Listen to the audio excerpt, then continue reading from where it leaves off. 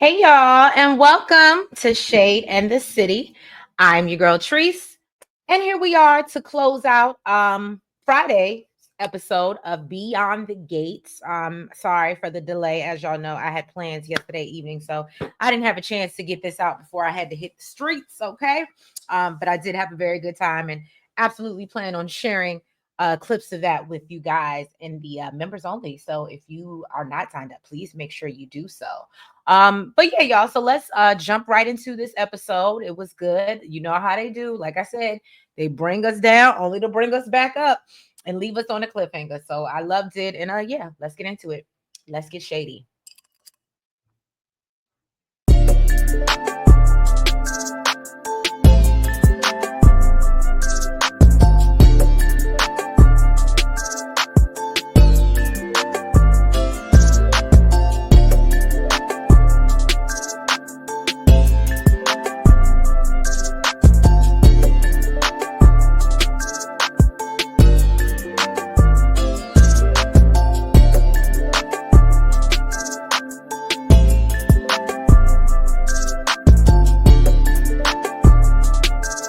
So we know that Kat is in a tizzy because she's caught Eva in her mother's office again, okay?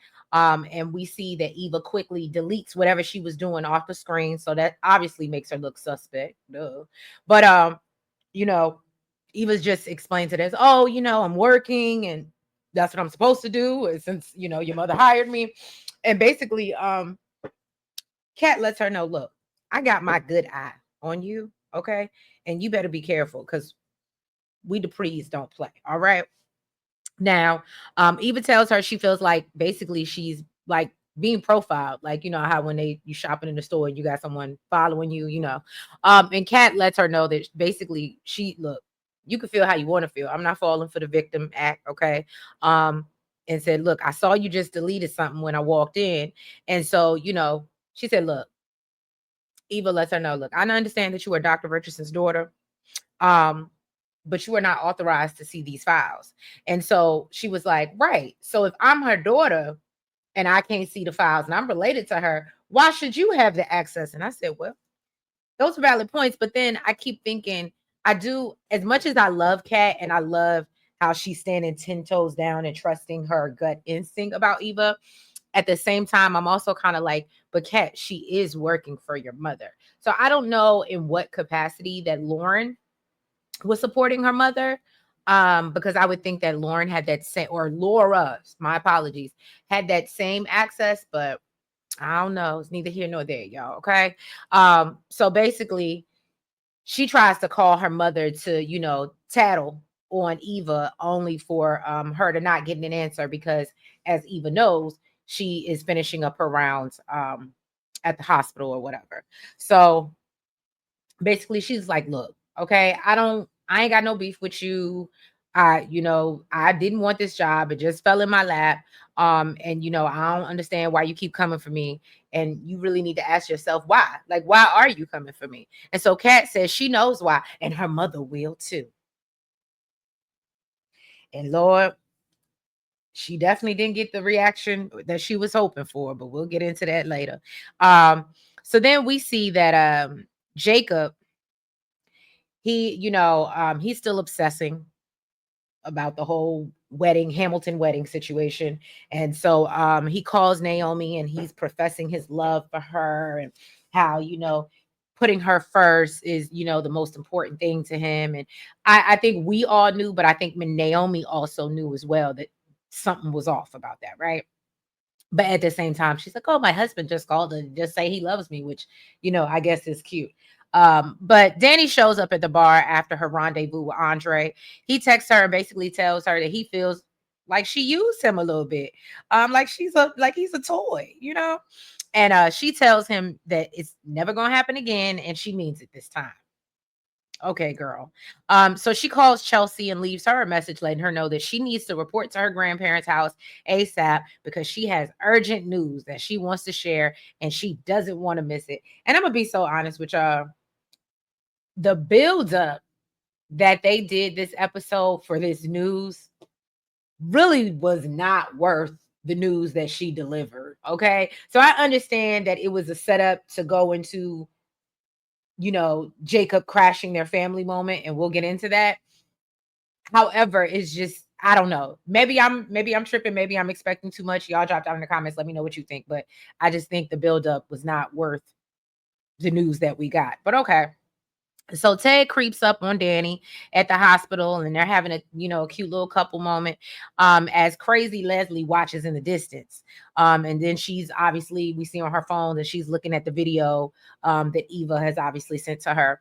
So then Kat arrives at the hospital and lets her mom know that she's been looking for her. She tells her she found Eva snooping through her stuff. And so basically, she's like, and that's what you get for giving this girl that you know for all the 2 or 3 days the keys to the kingdom. And I said, well, and so Nicole continues to reiterate that, Mona recommended her. I trust her judgment, and basically tries to remind her that, look, chill out. Laura will be back soon enough, and Eva will be gone. And Kat tells her, look, Ma, I know it's something real fishy about this bitch. Okay. Some real fishy. And I feel like you're gonna end up being dead wrong. Okay. Dead wrong. And I think I've already dropped this little nugget on y'all, or this little conspiracy theory that I got. But I absolutely believe Eva is, maybe I'm wrong. I absolutely believe Eva's gonna take out, or at least try to take out Kat. And even better, we'll get there. We'll get there. I'm not gonna jump ahead. But I can tell you how I think it's gonna happen too, but we'll get there. All right. So basically Nicole tells her that, basically she's the only person bothered, and ask her to give Eva some grace. And then she checks Kat for basically acting like a spoiled brat and looking down on someone else, because of how they dress and, whatever. So Shanice, we know Nurse Shanice, because she in everybody's business. So we see her listening in the distance. Okay. And Nicole tells her she needs to go to the, as my son's teacher would call it, she needs to go to the reflection chair. Okay. And lets her know, and don't you get up and come back until you realize you're wrong. And I said, well, I've definitely said that to my child before. Okay. So then we see Vernon. He's on a phone call discussing Danny's viral video. He's talking with Anita about all the calls that they're getting. Vernon talks about how Danny has, always been one to throw temper tantrums since she was young. And they both admit that, they obviously were wrong for making her attend Bill's wedding. And, Vernon also reminds her, though, Bill really didn't give us a choice. And they can't go back, but hopes Danny is able to move forward. So as that's happening, Danny is back at the bar. She's on the phone with Naomi, basically telling her that, run over to your grandparents. I got good news. And Naomi's just relieved to hear her mother happy, basically. Vanessa joins her at the bar. I guess it's called Uptown. While, her country club boo is what I have now, but we end up learning the country club boo is Diego. Okay. So Diego is over there admiring her in the distance. And I feel like he just follows her everywhere and waits till she's leaving so he could ambush her, is what it gives. But anyway, so finally we learned a little bit more about Vanessa. Her and Doug are empty nesters. They have a set of twins that apparently have went off to school and, are living their own lives. And basically Doug is never home.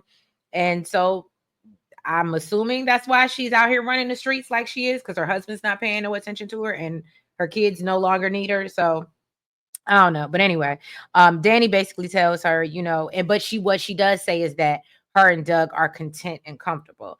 And then I think that's when Danny has to explain to her that that's how her and Bill used to be.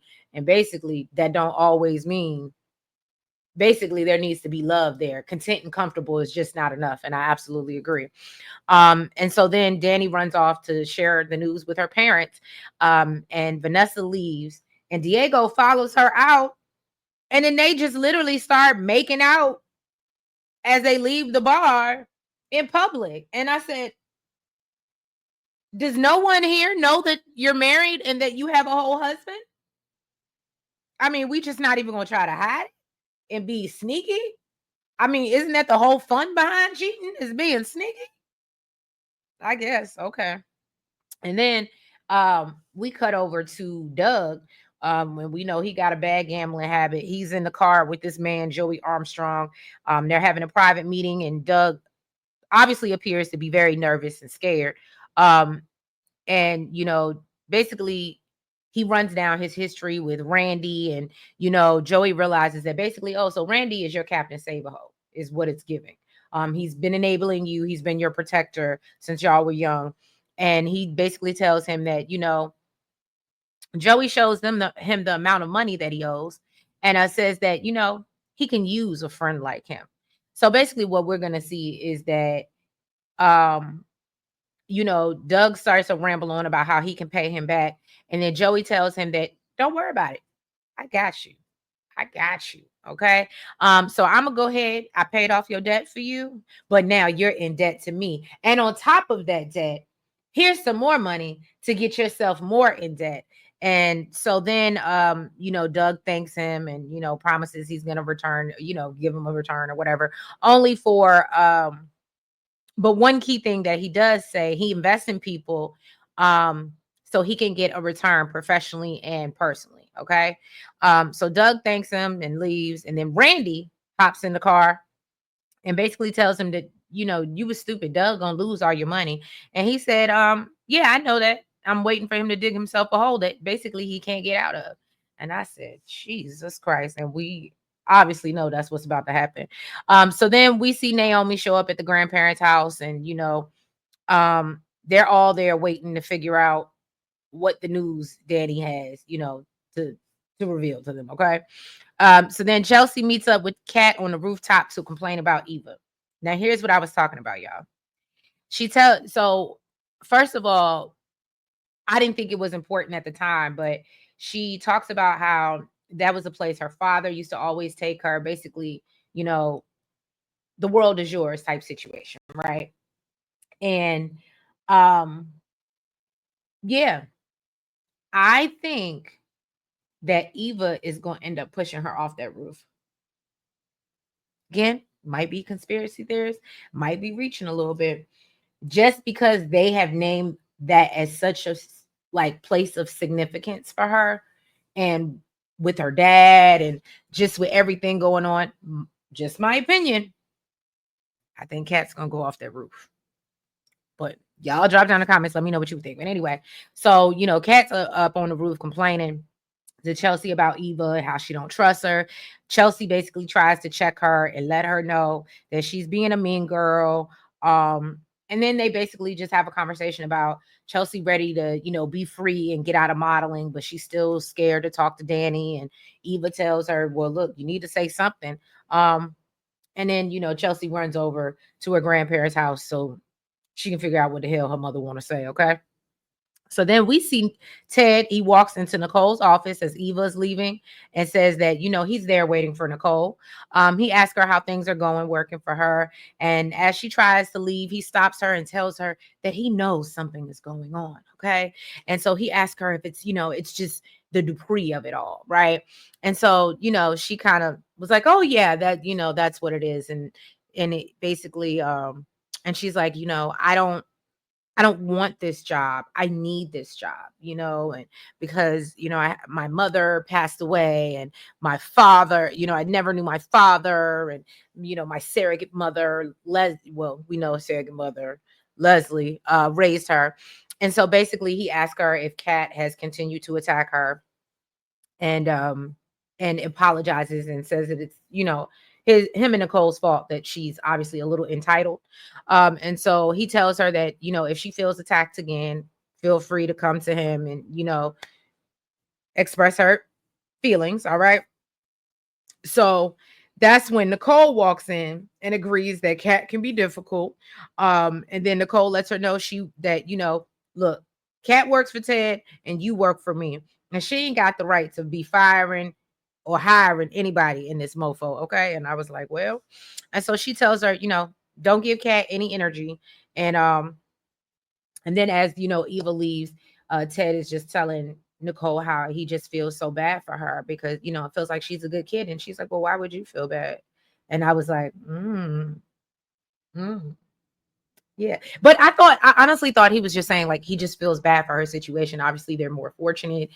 they have a nuclear family. You know what I mean? Like, I think that's what he meant, but obviously we know it's the soaps, right? It's a story. So they're hinting, obviously, to what Nicole does and Ted don't already know. All right. So we see as she gets into the elevator to leave the hospital, she's met by Les.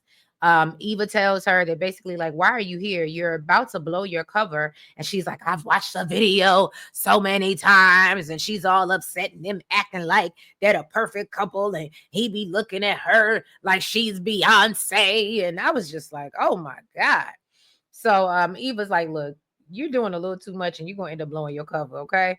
And so basically she's like, get away from me. And I think what we're starting to see, and I think I hinted to this already, I think Nicole, I'm sorry, not Nicole, I think that Eva cares more about building, or at least what's going to end up happening. I'm not saying right now, but I think Eva cares more about building a relationship with her father, or who she thinks to be her father, than she does about crazy ass Leslie. So it'll be interesting because I actually think she's going to end up turning on her, but we'll see.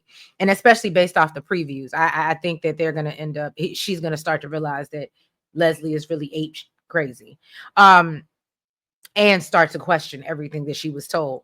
But anyway, so yeah, and then Leslie says she's going to make sure that um Ted and Nicole, which they never met. Okay. So then Bill goes to the bar and he calls Haley, see if she wants to join him, but she got other plans. She too busy getting pampered and charging stuff to that credit card he just gave her. Then we finally see Chelsea. She makes it to the grandparents' house. Anita is skeptical that Danny has anything good to share. And so Danny walks in and, lets them know, look, I apologize. I put you in a bad situation. And she's like, but I really want to wait for Nicole to get here to share my wonderful news, right?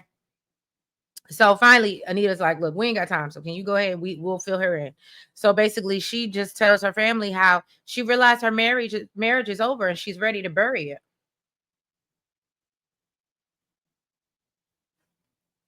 That could have been an email. That could have been an email. That could have been a text message. I don't think we needed to call a family meeting for that. But anyway, we all know. And so we see them, they praise her. They're glad that she's working through it, getting over it. They have a cute little family moment. And they're all happy she's having a breakthrough, right? They have a cute family moment only for, well, we'll get there. So anyway, let's go back to the hospital real quick.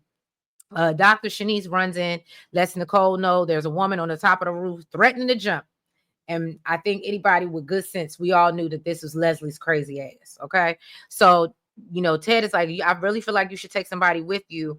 And she's like, nah, I don't want to spook her. But one thing that I forgot to add is that Leslie mentioned her by name as if she knew her. So I think Really B made a good point in her live earlier today that why wouldn't Nicole like pick up on the fact that, oh, you said me by name, but I don't know you. You know what I'm saying? So how is this possible? So I don't know. Anyway, y'all, so that's what that was. And then Jacob walks in on this cute family moment and basically lets his mother-in-law. Now Vernon is like, are you here on business or this is personal? And of course Naomi's like, oh, he's family, only for him, Jacob, to let Danny know that he is there to put her under arrest. And we all know Bill had something to do with that. Okay. So yeah, that was episode 10 of Beyond the Gates. I want to thank you guys for being here, supporting these recaps and reviews. It definitely means a lot to me. Y'all, I gotta get out here, get this edited, get this up, and then prepare for my evening events. So that again, I will be putting up to share with you guys on the members only. And of course, if you guys are following us on social media, I apologize, the IG, Facebook, TikTok, and Blue Sky, we're definitely I'm definitely posting little things there as well to share with you. So yeah, I appreciate you. If you haven't already, please make sure that you've hit the like button. Make sure that you guys comment. Make sure you subscribe and hit that notification bell, because me and Really B are going live tomorrow to do the Ready to Love panel from this week's episode. However, I'm going to be honest, we're probably going to have a long night, so I am not going to go as far as to set a time right now. So please put your notification bells on, because whenever we decide we want to roll out of bed, probably mid-afternoon is when we'll be coming to you. And we lose an hour tonight, I think. So yeah, we'll probably be coming to you at some point mid-afternoon tomorrow to do the Ready to Love. Then make sure you join us at 10 p.m. tomorrow. We are going to be getting back into our Raising Canaan recap. So I'm really excited about that. So yeah, y'all got a lot going on. And of course, I will catch y'all back on Monday to get into Beyond the Gates. So thank you. Have a great weekend. Bye-bye.